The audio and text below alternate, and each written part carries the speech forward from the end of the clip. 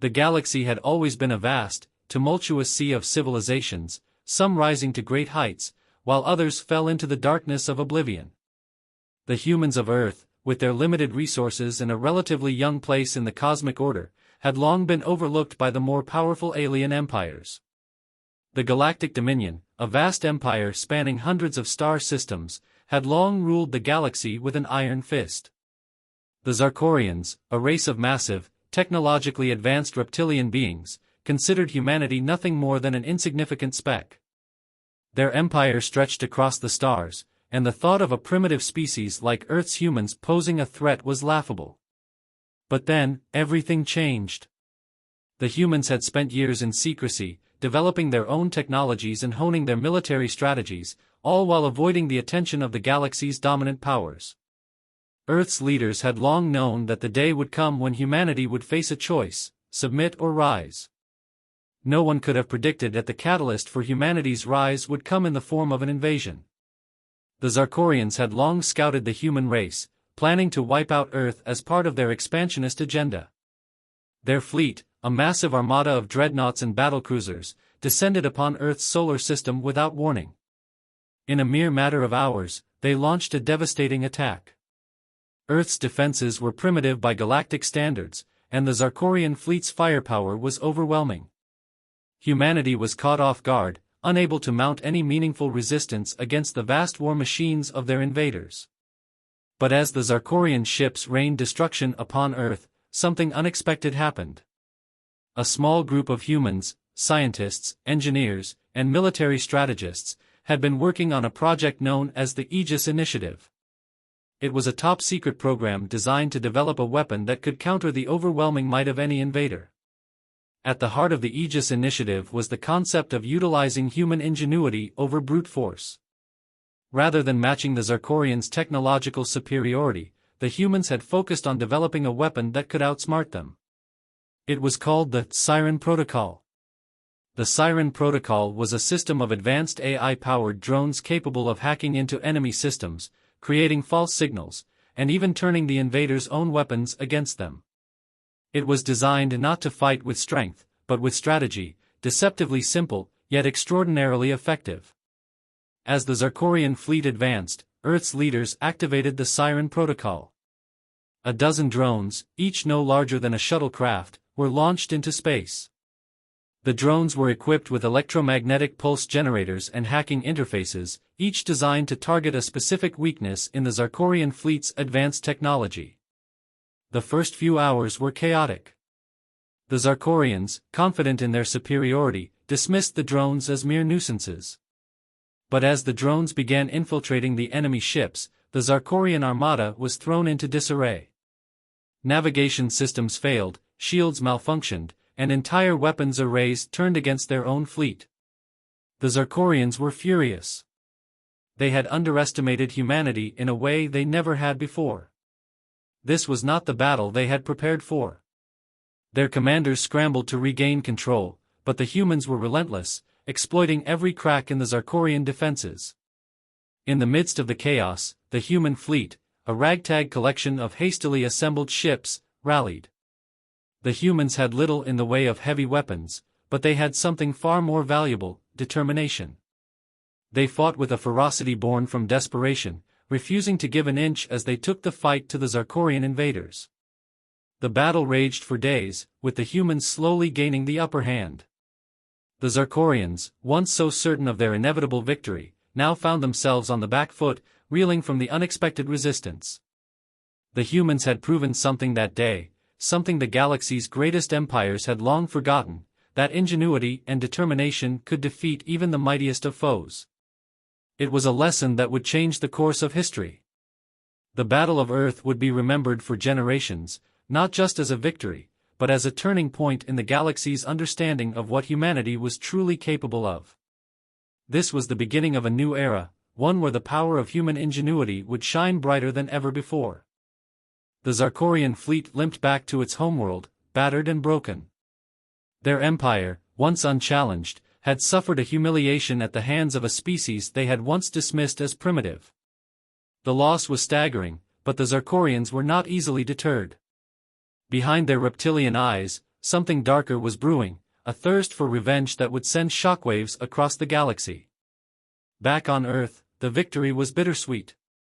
While the invasion had been repelled, the war was far from over. The humans, having tasted the thrill of triumph, realized that the Zarkorians would not stop until they had eradicated the human race for good. The Galactic Dominion, seeing the defeat of the Zarkorians as a challenge to their authority, began to take notice of Earth. The small, insignificant planet had become a symbol of resistance, and its defiance was an affront to their centuries of dominance.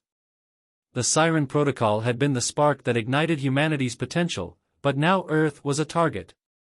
The global governments, once disjointed and scattered, united under a single banner, a banner that would rally humanity to fight for its place in the stars. The leaders of Earth formed the Earth Defense Coalition (EDC), a unified military force designed to protect the planet and prepare for the inevitable retaliation from the alien empires. But there was a problem: Earth's technology was still decades behind that of the galactic powers. The Zarkorians had learned from their mistakes, and soon, the galaxy's other empires began to flood Earth with covert intelligence. The humans, though resourceful, were still vastly outgunned. The solution came from an unexpected source: the human engineers and scientists who had worked on the Siren Protocol. They knew that humanity could not win this war with technology alone. What they needed was something more, a new strategy, one that could outthink, outmaneuver, and outlast their enemies. A covert team of humans was sent to the heart of the Zarkorian Empire, led by Dr. Olivia Brandt, the scientist who had masterminded the Siren Protocol. Brandt and her team, working with limited resources, set up a clandestine research station on a distant asteroid. Their mission was twofold: first, to learn everything they could about the Zarkorian technology, and second, to develop a new weapon, a weapon that would change the nature of warfare itself. But it wasn't just technology they needed to master. They needed to tap into something deeper: human resilience, creativity, and adaptability. The EDC had already shown the galaxy that Earth could survive, but to thrive, humanity would need to evolve. And so, a new breed of warriors was born: the Vanguard, an elite group of soldiers trained in unconventional warfare, intelligence gathering, and psychological tactics. They would fight not just with weapons, but with their minds, outthinking their enemies every step of the way. Back on Earth, news of the Zarkorian retaliation reached every corner of the globe.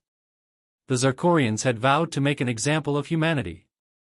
They launched a full-scale invasion, sending fleets of warships and legions of ground troops to crush Earth's resistance once and for all. This time, they would not underestimate humanity's resolve. But the humans were ready. In the shadows, the Vanguard began their work. They infiltrated Zarkorian strongholds, sabotaged supply lines, and used their newfound technology to disrupt enemy communications. They were the unseen hand that guided the course of the war. Each mission, each small victory, was a building block in a greater strategy. As the Zarkorian war machine pressed forward, the humans struck back with devastating precision. They understood that the only way to win this war was not by matching the enemy blow for blow, but by using their minds to turn the tide. Every battle, every skirmish, was a test of humanity's resolve. The alien invaders were brutal and unyielding, but they underestimated one thing: humanity's ability to adapt. The Vanguard led a series of surprise attacks on Zarkorian supply convoys, stealing weapons, fuel, and technology. They infiltrated the Zarkorian command structure, planting misinformation and confusion within their ranks.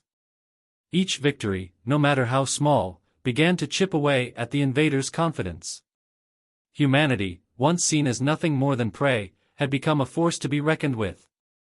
As the battle lines stretched across the galaxy, a new kind of war was unfolding, a war not of sheer might, but of intelligence, ingenuity, and the indomitable spirit of a species that refused to bow to tyranny. Humanity had already proven its resilience. Now, it was time to prove that it could outthink, outfight, and outlast its invaders.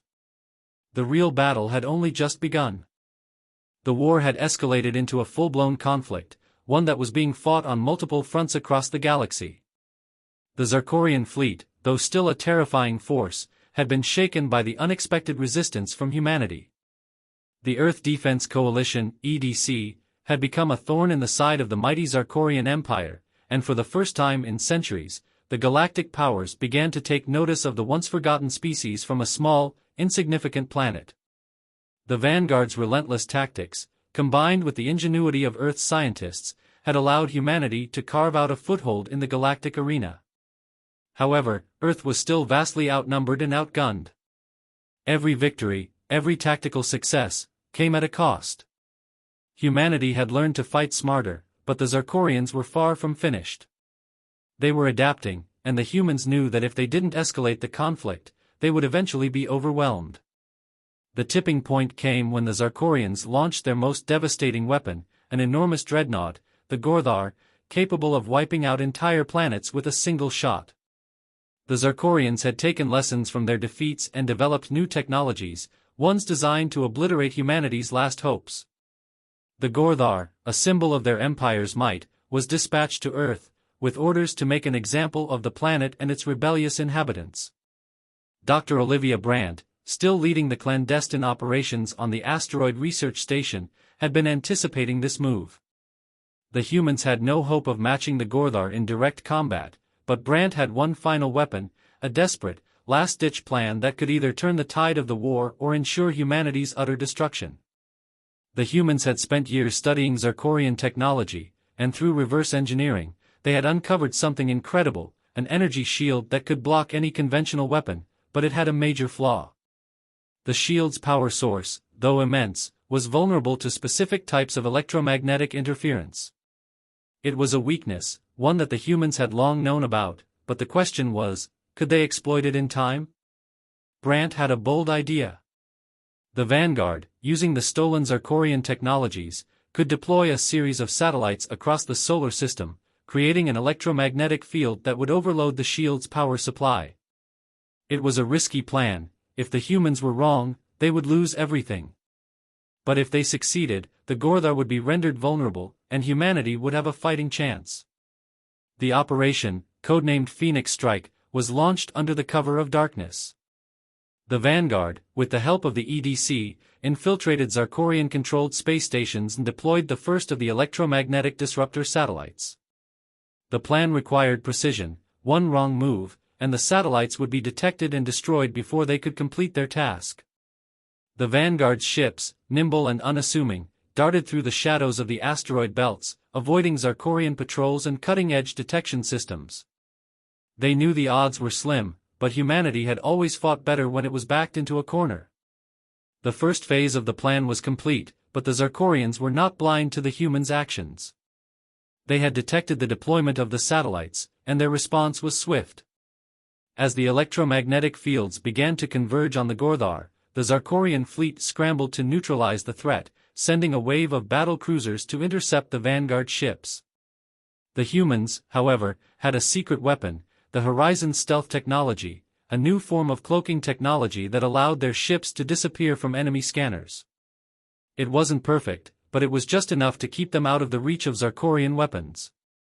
As the Vanguard continued to deploy the final satellites, the Zarkorians launched a full-scale assault on Earth's remaining defenses. A fleet of Zarkorian dreadnoughts moved into position, and their firepower began to decimate Earth's outer defense grid. The Zarkorians believed victory was imminent. But the Vanguard had one final card to play. The last satellite was deployed, and the final electromagnetic pulse was triggered. A flash of light erupted across the solar system. The Gorthar's energy shield flickered, then faltered. The Zarkorian dreadnought, once invincible, was now vulnerable. The humans had done it, they had breached the impenetrable. With a roar of victory, the EDC fleet, led by Earth's last remaining warships, launched an all-out assault on the Gorthar. Zarkorian ships attempted to engage, but the damage had already been done. Humanity had found the crack in the Empire's armor, and they were exploiting it with deadly precision. The battle was fierce. The humans knew this was their one chance to strike. The Gorthar, though powerful, could no longer protect itself. The humans hit the dreadnought with everything they had, missiles, energy beams, and devastatingly accurate strikes on its weakened structure. Finally, with a deafening explosion, the Gorthar crumpled, and the dreadnought was no more. In that moment, the tide of the war shifted. The humans had won a monumental victory, and the galaxy knew it. The Zarkorians were no longer untouchable. The battle had proven something critical, that the true strength of humanity lay not in their weapons, but in their ability to outthink and outlast their enemies. The Empire's sense of invincibility had been shattered. This victory would not end the war, but it had changed everything. The balance of power in the galaxy had been irrevocably altered. The destruction of the Gorthar marked a turning point in the war, but it was only the beginning. The humans had achieved a monumental victory, one that reverberated across the galaxy. No longer was Earth viewed as an insignificant backwater. The Zarkorians, though shaken, were not yet defeated, and they began to consolidate their forces. They underestimated the impact of humanity's victory, still dismissing it as an isolated incident, a stroke of luck. But the truth was undeniable: humanity had struck a fatal blow to their empire's sense of invulnerability. The Earth Defense Coalition, EDC, had begun to grow into something much larger than a planetary defense force. What started as a desperate attempt to repel a single invasion had transformed into the beating heart of a fledgling rebellion, a movement that would unite the galaxy's oppressed civilizations and push back against the tyrannical forces of the Galactic Dominion. Earth, once a footnote in galactic history, was now a beacon of resistance. The first to answer Earth's call were the Tiran, a race of nomadic traders and exiles who had long suffered under the boot of the Zarkorian Empire. The Tiran were known for their cunning and adaptability, thriving in harsh environments where most other species would have perished. Their ships were among the fastest in the galaxy, and their knowledge of stealth technology made them valuable allies. They joined the EDC not out of mere necessity, but out of a shared desire for freedom. The Zarkorians had taken everything from them, and the time had come to take it back. Next came the Vorati, a fierce, insectoid species that had once been a proud and powerful civilization, but whose empire had been broken by the Zarkorians' relentless conquest. The Vorati were war-hardened and driven by a burning need for revenge. They had long lived under the yoke of Zarkorian oppression, and they knew that the only way to restore their honor was to join the humans and fight for freedom. The Karam, an aquatic species from a distant system, followed.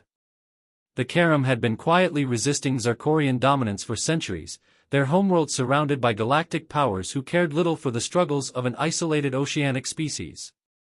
But with Earth's victory, they saw an opportunity to break free of the Zarkorian stranglehold. Their technologically advanced warships, designed for deep-sea combat, now found a new purpose in the galactic war. Humanity had become the nucleus of a growing rebellion. Earth, with its small but resilient population, had forged an unlikely alliance with species from across the galaxy, species who, until now, had been content to live under the rule of the alien empires. They had watched the humans win the impossible battle, and in doing so, they had seen the potential for their own freedom. But despite this growing coalition, the Zarkorians were not blind to the shifting power dynamics. They knew that Earth's victory was no fluke. The Zarkorians began to mobilize their full might, gathering their remaining fleets and preparing to crush the humans and their allies once and for all. The Imperial Grand Admiral Rhyx, a ruthless and calculating strategist, was appointed to lead the final campaign to crush the human rebellion. His reputation for ruthlessness and precision had made him feared across the galaxy, and he was determined to bring an end to humanity's defiance. The Zarkorians began to consolidate their power, bringing in reinforcements from across the galaxy and deploying advanced technologies, including the dreaded Dark Star weapons, energy weapons capable of incinerating entire fleets in a single shot. The Zarkorians would not make the same mistake twice. They were coming for Earth, and this time, they would bring everything they had. The humans and their allies knew the odds were stacked against them, but they were prepared. The Vanguard, humanity's elite force, had grown stronger. They had trained the warriors of the Tiran, the Vorati, and the Karam in the ways of unconventional warfare. Together, they formed a united front, bound not just by a shared desire to fight, but by a newfound sense of purpose, a purpose that transcended their individual species' grievances. They were no longer disparate civilizations trying to survive, they were a coalition, united in their quest for freedom. As the Zarkorian fleets advanced toward Earth, the coalition's leaders convened for a final strategy session. Dr. Olivia Brandt, the architect of the Siren Protocol, stood at the forefront. Her mind, once focused solely on science, had become a hub of strategy and ingenuity. She had seen the potential for the human race to rise above its limitations, and she was determined to lead the galaxy's rebellion to victory. The plan was simple: they would meet the Zarkorian fleets head-on, using a combination of guerrilla tactics, deception, and cutting-edge technology. The goal was not to defeat the Zarkorians in open battle; they were too powerful for that. Instead, they would lure the Zarkorians into a trap, using their own arrogance and overconfidence against them. The humans and their allies would strike quickly and strike hard, attacking key Zarkorian supply lines, disabling their warships from within, and disrupting their communications. The coalition's goal was to fracture the Zarkorian fleet, turning the tide of the war in a way that would force their enemies to reconsider their attack on Earth. As the final battle drew near, humanity knew they had only one chance to succeed. This was no longer just a fight for Earth, it was a fight for the future of the galaxy.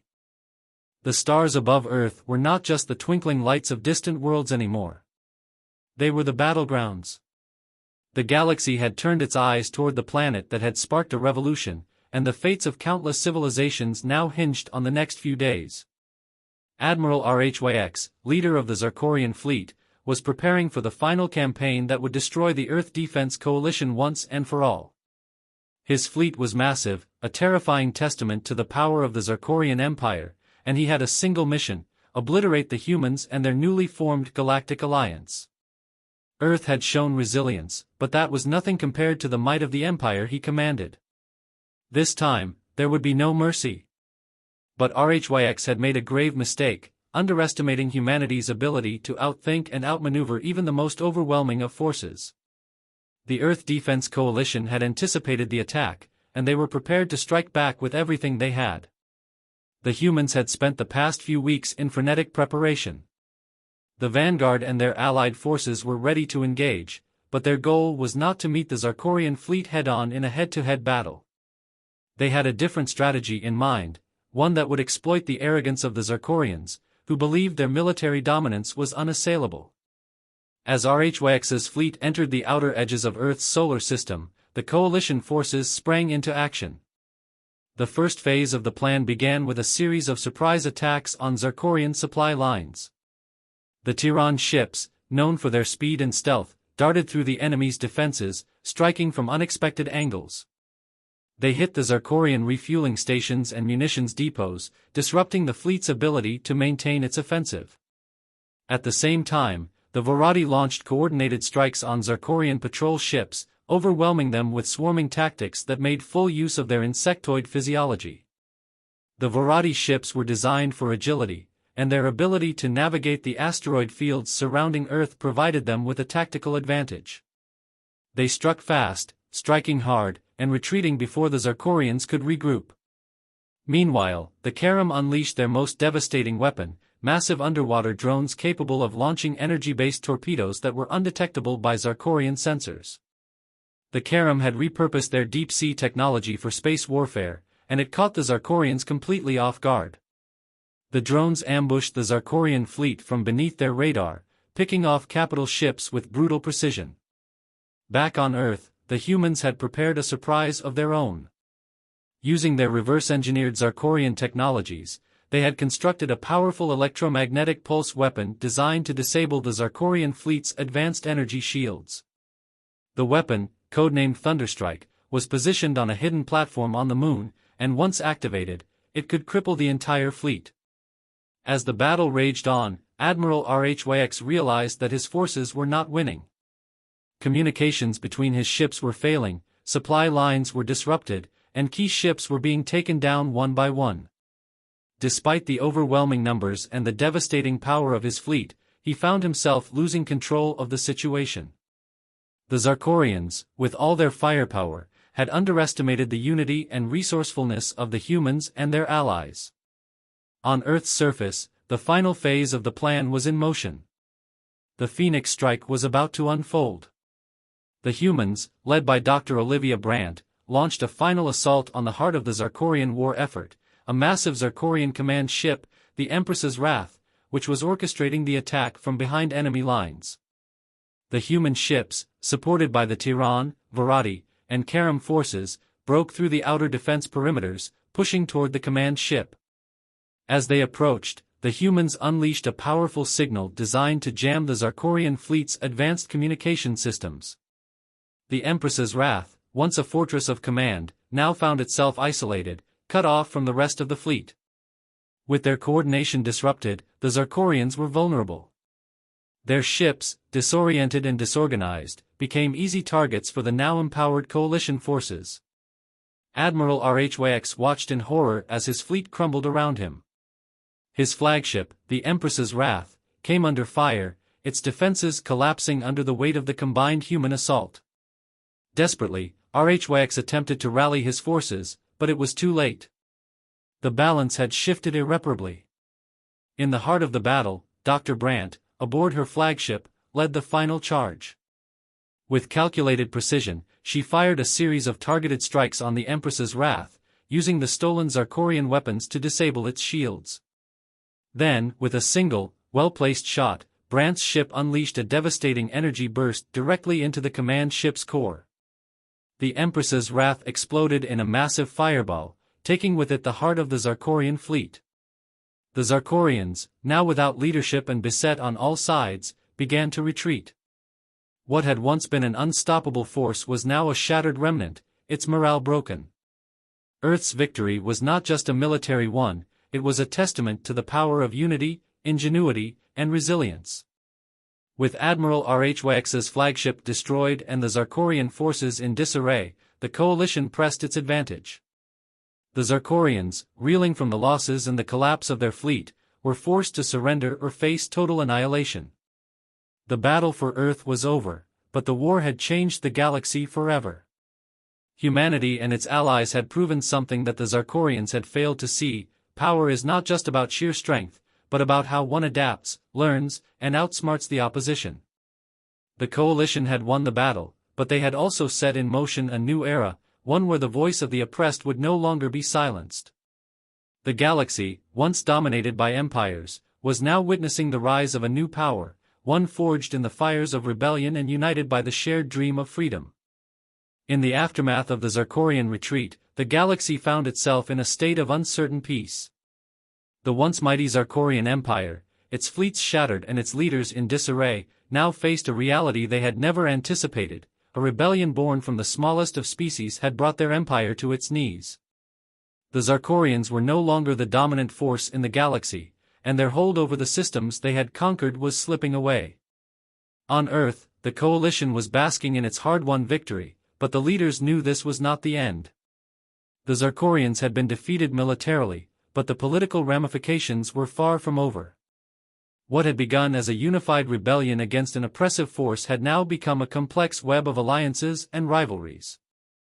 The Tiran, Varadi, and Karam had all pledged their loyalty to Earth, but the balance of power between the newly allied species was fragile.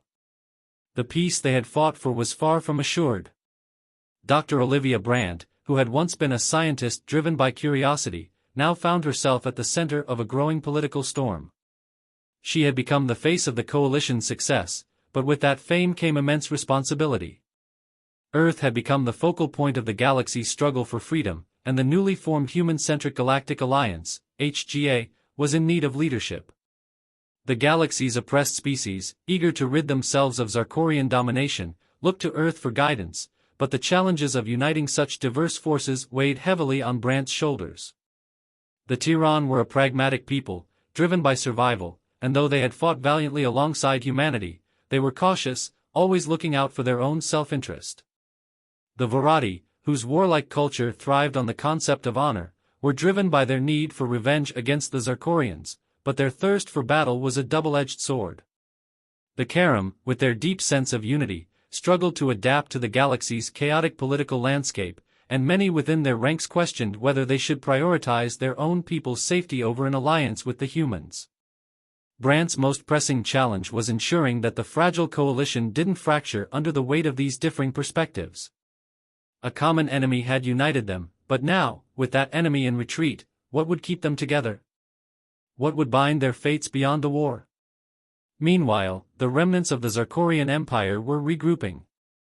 Though their fleets had been devastated, they were not without recourse. Emperor Zalcor, the Zircorian ruler who had arrogantly believed humanity to be insignificant, now found himself in a position he had never anticipated, a vanquished monarch, watching his empire unravel. The defeat had forced him to confront the limits of Zircorian power. Their empire had expanded through conquest and fear, but the spark of rebellion had proven that tyranny could be toppled.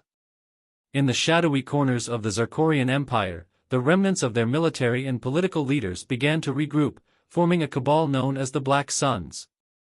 This rogue faction was determined to resurrect the Zircorian Empire, albeit through methods less reliant on brute force. They understood that outright war was no longer feasible, but there were other ways to reclaim their power. Led by the former Zircorian general, Orvok, a ruthless strategist who had narrowly escaped the destruction of the Gorthar, this faction believed that subtlety, manipulation, and cunning could restore their empire's influence.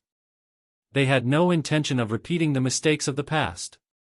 The Black Suns began to infiltrate neutral planets, sowing seeds of division within the coalition, and employing a covert campaign of sabotage and assassination to destabilize the newly formed human-centric Galactic Alliance. In the quiet corners of the galaxy, the Black Suns began to quietly influence key political figures, plant spies in crucial positions, and destabilize the fragile alliances that had formed after the war. The Tiran, Varati, and Karam were divided in their responses. Some saw the rise of this new Zircorian threat as a sign of danger, while others saw it as a potential opportunity for leverage. The most immediate threat to the coalition's peace was the situation on Ornis IV, a neutral system that had long been a crossroads for trade and diplomacy. The Phelan, a neutral race of diplomats, had agreed to mediate between the fractured factions of the galaxy, but their role had been undermined by the growing influence of the Black Suns. The Zircorians, still desperate to regain their footing, had made subtle moves to sway the Phelan toward their cause. The HGA, meanwhile, had become increasingly aware of the Black Suns' actions, but they were divided on how to respond. Some factions within the coalition wanted to confront this new threat head-on, believing that the Black Suns were nothing more than a rehash of the old Zircorian imperial ambitions. Others, however, felt that there was a more diplomatic path forward, one that involved negotiations and trying to convince the Black Suns that there was a future for the Zircorians within the new galactic order. As tensions escalated, Dr. Brandt convened a council of the coalition's leaders. They needed to decide how to handle the Zircorian remnants before they could make a full-scale comeback. The council debated fiercely, and it was clear that the unity they had fought so hard for was beginning to crack. Yet Brandt knew that they could not afford to fracture. They had already come too far. The future of the galaxy hung in the balance. The galaxy was on the brink of change. The Zircorians had been defeated, their empire shattered, but their legacy was far from erased. In the wake of their downfall, the remnants of their power continued to linger in the form of the Black Suns, a rogue faction intent on reclaiming what they had lost. As the human-centric Galactic Alliance, HGA, struggled to hold together, the galaxy's future was uncertain, and tensions simmered on the verge of full-blown conflict. Dr. Olivia Brandt knew that this was the moment of truth. The past months had been spent managing a fragile peace, attempting to unite the diverse species of the galaxy under one banner of cooperation. But with the Black Suns gaining influence, with their subtle yet dangerous maneuvers, the Alliance faced its greatest test. Unity was all they had, and if that was lost, the galaxy would fall into chaos. The Council had reached a consensus, albeit a fragile one. They had to act swiftly, decisively, and, most importantly, together. The first step was to confront the Black Suns directly. The coalition couldn't allow this faction to grow stronger, to divide their forces, or to resurrect the Zircorian Empire in any form. The HGA had decided to move on Ornis IV, the neutral system that had been at the heart of the Black Suns' diplomatic infiltration. It was a strategically important location, and if the coalition could wrest control of it from the Zircorian remnants, they would deal a devastating blow to their enemies' efforts to rebuild. But this operation was not going to be a simple military assault. Dr. Brandt, ever the strategist, knew that direct force alone wouldn't suffice. The Black Suns were too well entrenched within the galaxy's political landscape, and any overt action could lead to the kind of instability that would give the remnants the leverage they needed to rally support. Instead, the coalition would use a blend of intelligence, diplomacy, and military precision. The vanguard would infiltrate Ornis IV, gathering critical intelligence on the Black Suns' leadership structure, their political allies, and their plans. Meanwhile, the Tiran, Varadi, and Karam would prepare a series of surprise strikes on key Black Sun assets, communication centers, supply depots, and key infrastructure. At the same time, Dr. Brandt began working behind the scenes, utilizing her scientific acumen to develop a plan that would neutralize the Black Sun's ability to manipulate the galaxy's political players. She had designed a countermeasure, an encrypted broadcast that would expose the Black Sun's covert operations and their ties to former Zarkorian leaders. It would be a public revelation, something the galaxy could not ignore. The operation began with subtlety. The vanguard's infiltration was swift and precise, their agents moving in the shadows, gathering the intelligence needed to strike at the Black Sun's heart. They discovered that the Black Suns were planning to broker a secret deal with several neutral systems, ones whose resources and positions could turn the tide in their favor. This deal was to be signed in the coming days, and the Black Suns intended to use their influence to gain the upper hand. But the coalition had other plans. As the broadcast was prepared, the vanguard uncovered one more critical piece of information, Orvok***, the leader of the Black Suns, was scheduled to attend the secret signing, hidden in plain sight. The Black Suns were too confident, believing that their victory was assured. They had underestimated the coalition's ability to strike before they could act. When the encrypted broadcast was aired, it was nothing short of a revelation.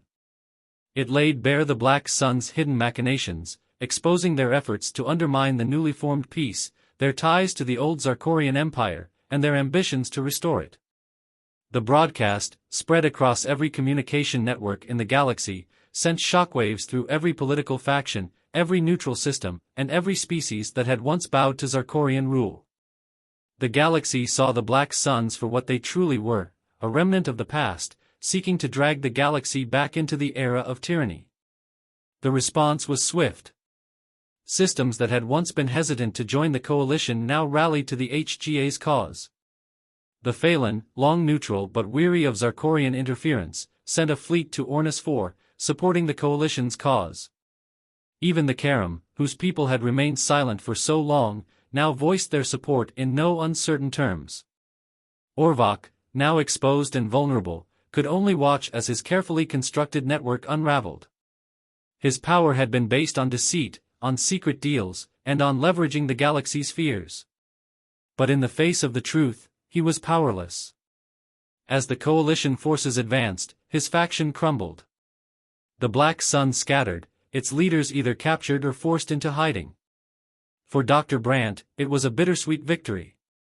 The battle for unity was far from over, and the galaxy was still recovering from the ravages of war.